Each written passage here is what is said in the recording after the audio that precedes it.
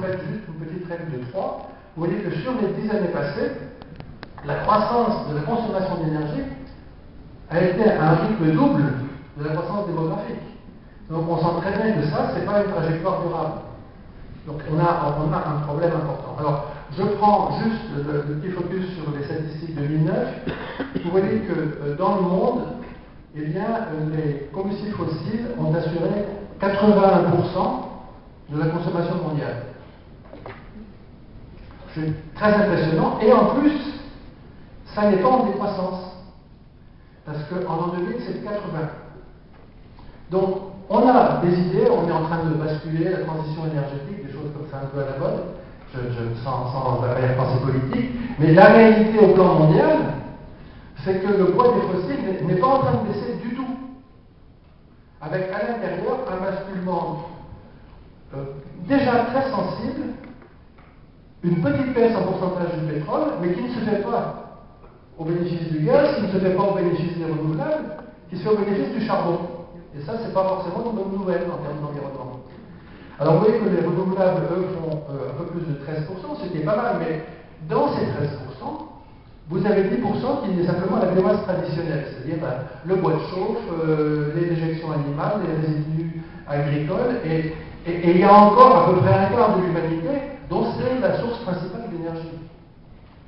Ensuite, vous avez l'hydraulique, et puis toutes les énergies renouvelables modernes, celles qu'on aime bien, celles qui se développent rapidement, malgré tout, aujourd'hui, au plan mondial, c'est moins de 1%. 81% de fossiles et 1% seulement de le solaire hors biomasse traditionnelle, l'éolien, la géothermie, les énergies houlomotrices, tout ça. Donc, il ne faut pas trop se faire des illusions sur l'état actuel des choses et sur la grandeur du défi qui nous attend. Alors, quand on a dit tout ça, vous voyez que le nucléaire, ça fait un peu moins de 6% en termes d'énergie primaire, donc c'est modeste, mais ce n'est pas du tout négligeable. Alors, le défi posé par cette protection de l'environnement avec cette menace climatique, on peut le résumer en gros en deux chiffres. Il faut avoir, avant 2050, divisé par 2 les émissions mondiales de CO2, alors que dans le même temps, et pour les besoins de ces grands développements dont je parlais, il faudra probablement doubler la production d'énergie. Et tout ça en rappelant qu'à l'heure actuelle, 80% de l'énergie, c'est brûler du pétrole, brûler du charbon, brûler du gaz, en envoyant tout dans l'atmosphère. Donc on voit bien que c'est vraiment un défi absolument gigantesque et qu'il n'y aura pas de solution magique. Alors là, sur cette figure, je me suis risqué à mettre des chiffres qui ne sont tirés que de mon chapeau à moi, donc ne me demandez pas de justification. Je suis convaincu que par rapport à ce défi, la moitié du problème ne peut être résolue que par une réduction de la demande. La maîtrise de la demande. Ce n'est pas du côté de l'offre qu'on s'en sortira, c'est clair. Donc, j'ai pris comme illustration quelque chose de simple qui est un pavillon de la banlieue parisienne. Vous voyez que l'énergie sort par tous les bouts. Un gros potentiel de récupération d'énergie. C'est même aussi sur la conduite automobile, on peut faire sans du tout altérer notre qualité de vie, peut-être en réduisant les accidents, des grosses économies d'énergie. Moyennant quoi, il faudra toujours en produire. Et donc, le deuxième volet, c'est clairement réduire dans la production la part des fossiles, c'est-à-dire la part des énergies émettant des gaz à effet de serre en quantité significative. Et alors là, on fait le compte, il n'y en a pas tellement, c'est le nucléaire et les renouvelables. C'est pour ça que, pour moi, le nucléaire et les renouvelables, c'est vraiment le même package. Ils sont dans le même créneau. Et puis, compte tenu du retour du charbon, dont j'aurai peut-être une illustration, je pense aussi sérieusement qu'on ne s'en sortira pas sans piéger le gaz carbonique à l'aval de ces installations où on les produit en grosse quantité de façon concentrée. Bon, c'est pas raisonnable de penser qu'on ira piéger le gaz carbonique dans les pots d'échappement des voitures. Mais derrière une centrale à charbon, derrière une aciérie, une cimenterie, c'est possible, on l'a fait. On sait le faire. C'est cher. Puis une fois qu'on l'a séparé, qu'est-ce qu'on en fait? Alors il y a en fait 2 solutions. Il y en a une qui est volontaire, si je peux dire, avec des conséquences. Et il y en a une qui, pour l'instant, est à peine en début de recherche, mais qui pourrait être aussi intéressante, c'est-à-dire que en produisant de l'hydrogène et de préférence en produisant de l'hydrogène sans produire de CO2 en même temps, on peut, avec des catalyseurs appropriés, recycler le gaz carbonique pour en faire des combustibles, des carburants de synthèse. Et ça, c'est aussi une voie de recherche, je vous dis, qui est embryonnaire, mais qui est vraiment sûrement très intéressante. Alors, quel est le contexte énergétique global au début du XXIe siècle? D'abord, il est caractérisé par cette incertitude sur les hydrocarbures. Les grands risques géopolitiques. Alors, bien sûr, on pense aux guerres d'Irak, on pense aux problèmes avec l'Iran à l'heure actuelle, mais même au-delà de ça, le printemps arabe, qui est extraordinairement sympathique, pour l'instant, n'augmente pas la stabilité de la région, c'est bien clair. Ce qu'on appelle le peak oil, en fait, s'applique plutôt au pétrole seulement conventionnel, mais on sait qu'on n'est pas très loin d'avoir atteint la capacité maximum de production de pétrole classique. Ça veut dire qu'on est en train d'épuiser les réserves, les dernières gouttes d'huile, c'est encore très loin. Mais à partir de l'instant où on arrivera au plafond de production, alors que la demande continuera à croître, on voit bien qu'on aura un quatrième choc pétrolier dans pas très longtemps. Et bon, il faut le savoir. Il y a l'aspect de l'intervention des gaz et du pétrole non conventionnel qui a changé complètement l'idée qu'on se faisait du gaz en 5 ans, on va dire à peu près. Donc c'est assez incroyable. Aujourd'hui, si vous voulez, grâce à la mise en œuvre massive des extractions de gaz de schiste, le gaz aux États-Unis coûte moins de 3, alors c'est des dollars par million de British Thermal Unit. Donc vous oubliez qu'il est simplement moins de 3, alors qu'en Europe, il est entre 8 et 10, en Asie, il est 12 et au Japon, 18. C'est incroyable, si vous voulez. Et pour la première fois, donc en Amérique du Nord, le prix du gaz s'est complètement découplé du prix du baril de pétrole. Donc ça, c'est un contexte qui est très changeant. Combien de temps durera cette bulle de gaz de schiste? Bien malin qui pourrait le dire. Mais à l'heure actuelle, elle est en train d'arrêter, en gros, les progrès des renouvelables, du nucléaire et du charbon aux États-Unis. Il y a toujours cette variation erratique des cours qui sont extrêmement, qui nous donnent ces chocs successifs qui sont vraiment très durs à encaisser par les économies.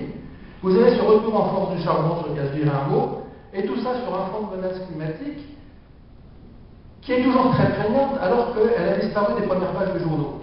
Depuis la crise, on fait comme s'il n'y avait plus de problème climatique. Désolé, on n'en parle plus, mais il est toujours là. Et on continue chaque année à augmenter les émissions de gaz à effet de serre dans l'atmosphère. Et puis bien sûr, et c'est de ça qu'on va parler pour l'essentiel, l'impact de Fukushima. Alors juste cette petite illustration sur le retour du charbon, parce que c'est quelque chose qu'on ne réalise pas vraiment en Europe et sûrement pas en France. En France, le charbon, c'est depuis la grande grève de 63, ça fait que décroître, ça a même disparu, peut-être. Mais dans le monde, c'est pas le cas du tout. Vous voyez que de 70 à 2000, la production et la consommation de charbon avait cru modestement, presque de façon monotone, et qu'en revanche, depuis 2000 et sur les 10 années suivantes, vous avez un changement de compte, mais qui est brutal. Et si vous regardez la partie orange qui concerne la Chine, il y a 3 chiffres quand même qui sont drôlement frappants. En 2000, la Chine a produit 1 milliard de tonnes de charbon. En 2005, 2 milliards, et en 2009, 3 milliards. 1 milliard de tonnes, c'est quand même pas rien. Et en Chine, on met en service une nouvelle centrale à charbon toutes les semaines, depuis 4-5 ans. Donc vous voyez que par rapport à ça, il faut être modeste sur le rôle du nucléaire. Avant d'équilibrer ce genre d'émissions, c'est pour ça que je vous ai parlé de la séparation et de la captation du CO2, parce que même si c'est cher, et c'est cher, je ne pense pas qu'on puisse s'en passer. C'est une opinion personnelle, j'assume. Alors maintenant, on en arrive rapidement. Le nucléaire dans tout ça, vous avez vu, un peu moins de 6% de l'énergie primaire mondiale. En 2011, c'est-à-dire alors que dans l'année, il y avait déjà eu la décroissance forte du Japon et de l'Allemagne, la production mondiale était de 2500 milliards de kilowattheures. Vous avez la liste des producteurs, enfin les 10 premiers, mettons. États-Unis, France, Russie, le Japon. Le Japon, aujourd'hui, comme vous le savez, enfin, la semaine dernière, avait 0 réacteur nucléaire en marche. Mais pendant l'année 2011, c'est petit à petit qu'ils ont diminué. Donc il était encore le quatrième producteur. Avant, il était le troisième. Puis vous voyez, la Corée du Sud a dépassé l'Allemagne, c'est déjà depuis un bout de temps. Canada, Ukraine, Chine et Royaume-Uni. En termes de production, c'est celle-là la hiérarchie, mais si vous regardez dans les réacteurs, le plus, à droite du plus, ça veut dire réacteur en cours de construction. Et vous voyez que là, la hiérarchie change complètement. Numéro 1, de très loin, la Chine, vous avez Russie, vous avez Inde, Corée du Sud, et voilà, c'est dans cet ordre-là. Donc on voit qu'on n'a pas du tout la vue d'aujourd'hui qui représente la vue de demain. Alors, l'électricité nucléaire, c'est pas non plus quelque chose de si vieux que ça.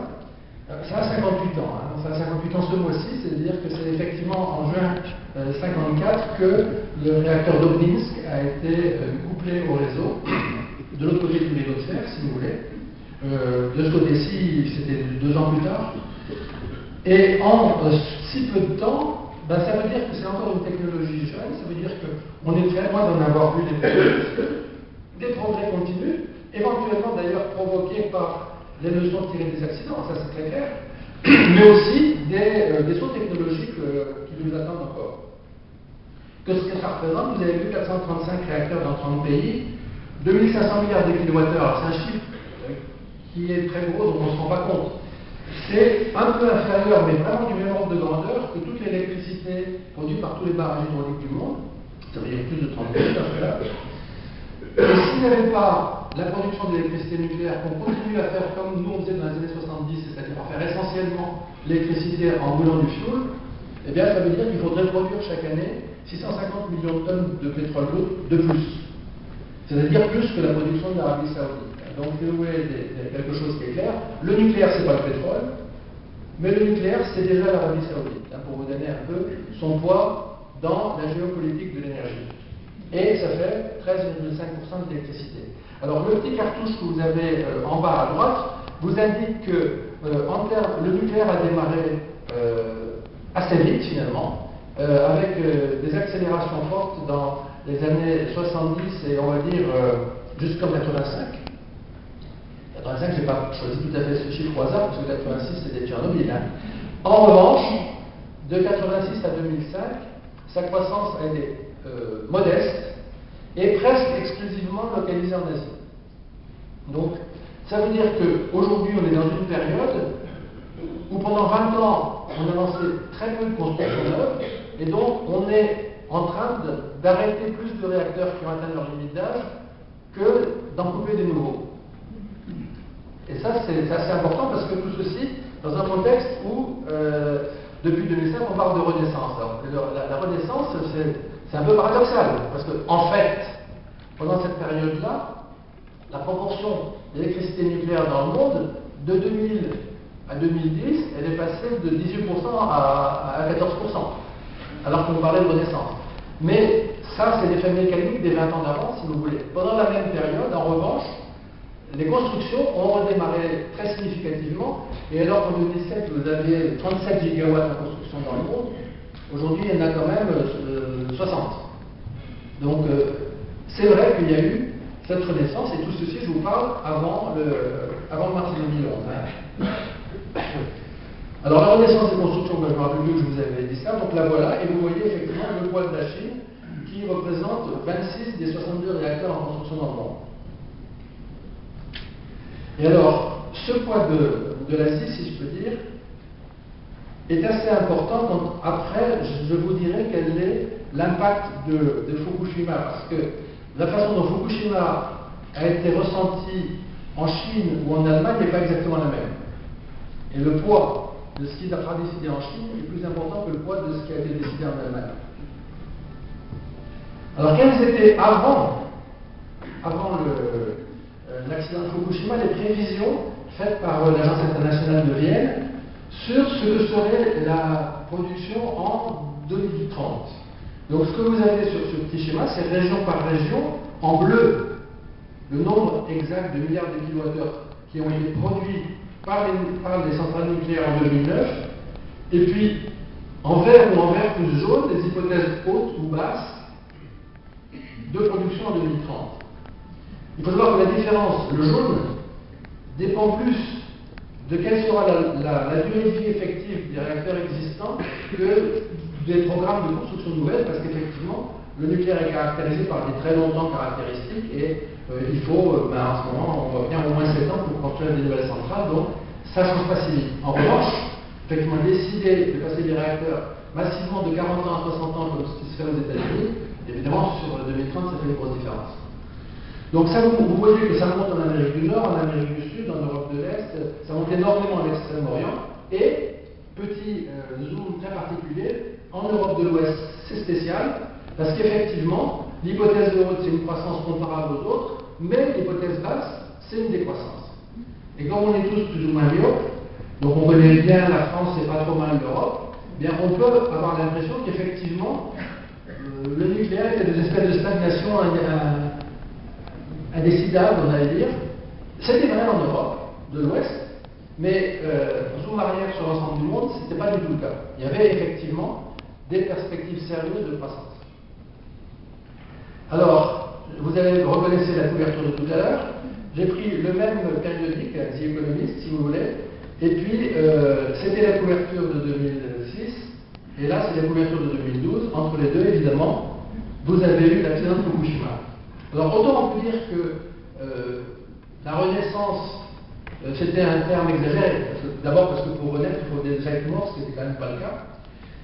Autant la fin du rêve, ça me semble tout aussi exagéré, ce qui montre bien que les réactions épidermiques immédiates, il faut les prendre avec une petite dose de bémol. Donc, qu'est-ce qu'on peut dire? D'abord, il faut bien reconnaître quand même que l'accident de Fukushima ne s'est pas produit sans une catastrophe très exceptionnelle. Je pense que Thierry Charles en a dit beaucoup plus, mais le séisme de Tohoku était quand même le séisme le plus fort jamais enregistré au Japon. Et sur la liste des séismes mondiaux, depuis qu'on les classe, si vous voulez, par magnitude, eh ben, il était 4 ou 5. Donc il était très exceptionnel. Il était d'une magnitude 9, là où on attendait assez couramment la magnitude 7, et vous savez qu'il y a au niveau énergie relâchée par un tremblement de terre, un échelon de l'échelle de Richter, ça veut dire on multiplie par 30. Donc en gros, l'énergie relâchée a été presque 1000 fois plus forte que ce à quoi on s'attendait. Donc ce n'était pas n'importe quoi. Le tsunami lui-même était très violent. Il était peut-être pas aussi exceptionnel que le séisme, parce que quand on a creusé ensuite dans les chroniques passées du Japon, on s'est rendu compte que dans cette région, il y avait déjà eu au moins un tsunami encore plus violent. Donc peut-être que là, s'il y a des critiques à faire. Alors, cette carte a l'intérêt de montrer finalement la carte des séismes significatifs et des implantations de centrales nucléaires dans le monde. Donc on voit que, en ce qui concerne le risque sismique, le Japon était quand même particulièrement favorisé, si j'ose utiliser cet adjectif, mais que, heureusement, dans la plupart des implantations ne sont pas soumises à un risque aussi fort. Même en Californie, vous voyez, qui est un endroit très sismique, malgré tout, on n'a pas autant de séismes que dans la ceinture de feu. Alors, juste après l'accident, en France, il y a eu une période de questionnement très fort, immédiatement. D'ailleurs, en fait, ça a commencé dès le 11 au soir, on commençait à nous poser des questions sur qu'est-ce qui se passe, alors qu'il faut bien reconnaître qu'on n'en savait rien du tout. Donc, les premiers jours ont été un peu difficiles parce qu'il y avait une demande très forte d'informations et on ne peut jamais dire que ce qu'on sait, et on ne savait pas encore grand-chose. Donc ça, c'était un peu le problème. Mais quelles étaient les questions? Qu'est-ce qui se passe? Et ça, c'était une question, j'allais dire, ouverte nette. Il n'y avait pas d'arrière-pensée. C'était vraiment une vraie demande d'information. Ensuite, la deuxième remarque, de presque tout journée, c'était « Mais comment diable est-ce possible, en 2011, dans un pays aussi développé que les Japonais ?» avec leur amour des robots, avec leur réputation de qualité, etc. Et derrière ça, la question n'était pas souvent explicite, mais vous n'allez pas nous raconter que c'était parce que c'était au fin fond de l'Ukraine pendant l'Union soviétique et que donc en France ça ne peut pas arriver. Il y avait vraiment, là le Japon c'est des réacteurs à eau et puis c'est un pays qui est au moins aussi développé que vous, alors. Donc ça il faut voir qu'il y avait ça. Ensuite, bien sûr, quel impact sur les populations avoisinantes? Alors je ne sais pas si Thierry partage cette opinion, mais pendant les premiers 15 jours, il y avait toujours, vous nous racontez l'état, mais qu'est-ce qui pouvait se passer de pire? Racontez-nous, trouvez-nous le scénario le plus noir possible. Et oui, c'est assez difficile comme question parce que, d'une certaine façon, étant des techniciens honnêtes, eh bien, on décrivait un scénario très noir, mais avec le risque d'effrayer encore plus.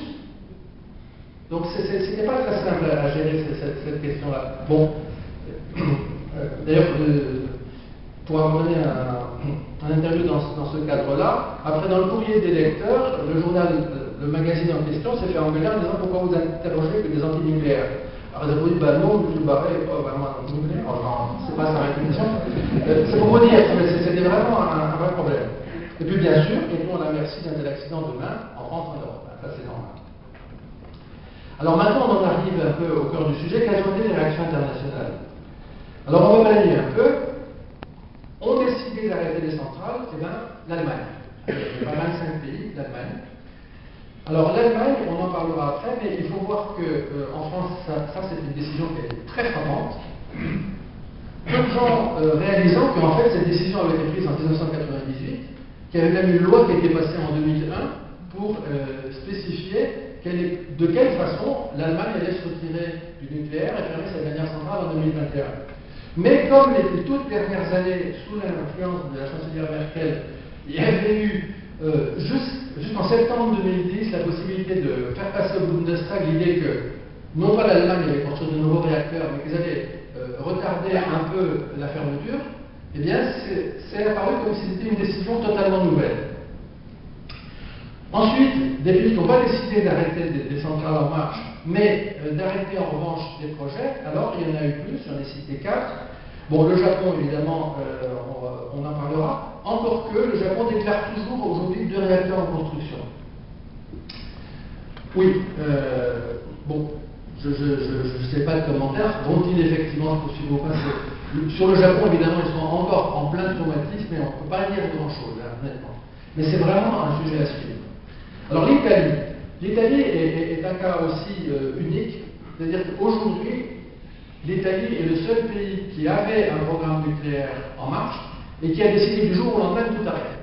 En 87, hop, on arrête tout, avec des conséquences parfois ubuesques, comme ils ont arrêté tellement vite que leur réacteur n'était plus des installations nucléaires de base et que donc ils n'avaient pas le droit de retirer le combustible. Donc c'est pour dire vraiment, ok. Mais un peu pareil, dans le cadre de la Renaissance, puisqu'on parle de ça, en 2008-2009, le gouvernement italien de l'époque avait commencé à lancer la renaissance, pour le coup c'est vraiment le terme, la renaissance du nucléaire en Italie. L'Enel et EDF avaient passé des accords précis pour se préparer effectivement à redémarrer le nucléaire.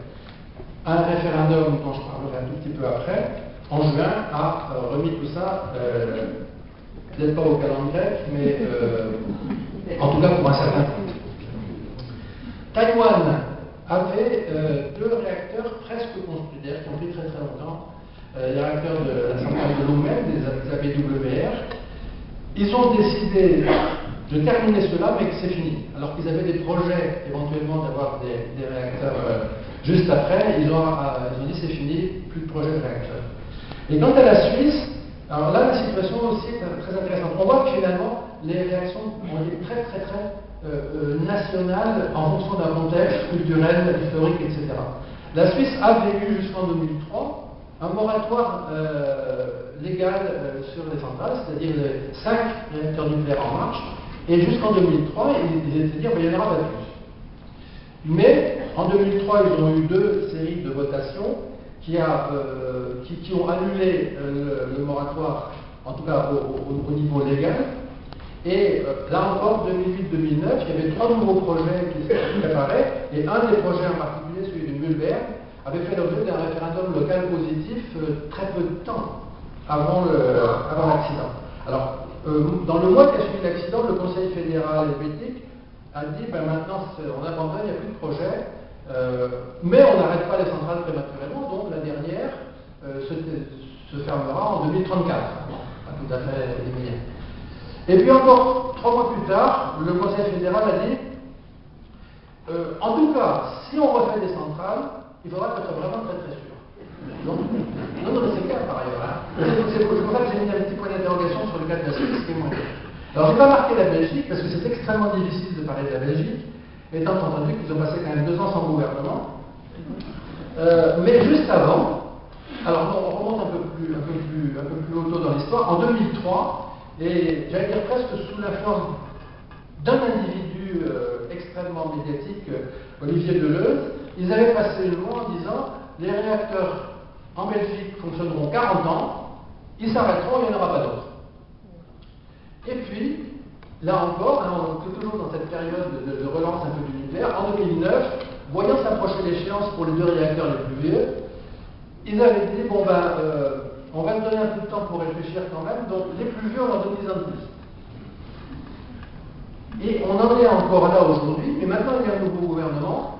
Clairement, ces tendances ne sont pas favorables au nucléaire, donc on ne sait pas trop. Et c'est dans les mois qui viennent qu'on pourra dire quelque chose sur la Belgique. Aujourd'hui, je ne pourrais pas dire autre chose que ce que je vous raconte là. Et puis après, là, on va dire que tous les autres pays qui avaient déjà du nucléaire, on peut se préparer sérieusement à en faire. Je prends par exemple le cas de la Pologne, qui n'a pas de nucléaire, mais qui a vraiment des projets sérieux. Eh bien, ils ont tous décidé, on continue, mais on procède à ces réévaluations de sûreté, ces ECS comme on dit, ou stress test comme on dit en Europe, et tous les pays s'y sont lancés. Alors, à l'intérieur de l'Union européenne, il y a eu un consensus, disons, sur le cahier des charges de ce que doit être les stress tests. Ils ne sont pas pareils un peu partout. Il y a quelques pays d'ailleurs qui, par rapport au cahier des charges européen, ont décidé de rajouter des choses dedans. En France, ce qui a été rajouté sur la gestion du personnel, la sous-traitance, ne faisait pas partie, si je peux dire, du cahier des charges européen. Dans certains pays, ils ont rajouté la prise en compte des agressions terroristes.